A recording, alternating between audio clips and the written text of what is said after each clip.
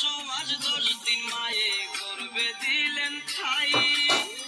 রক্ত মাংস খাইয়া মায়ের বুকে আইলাম ভাই,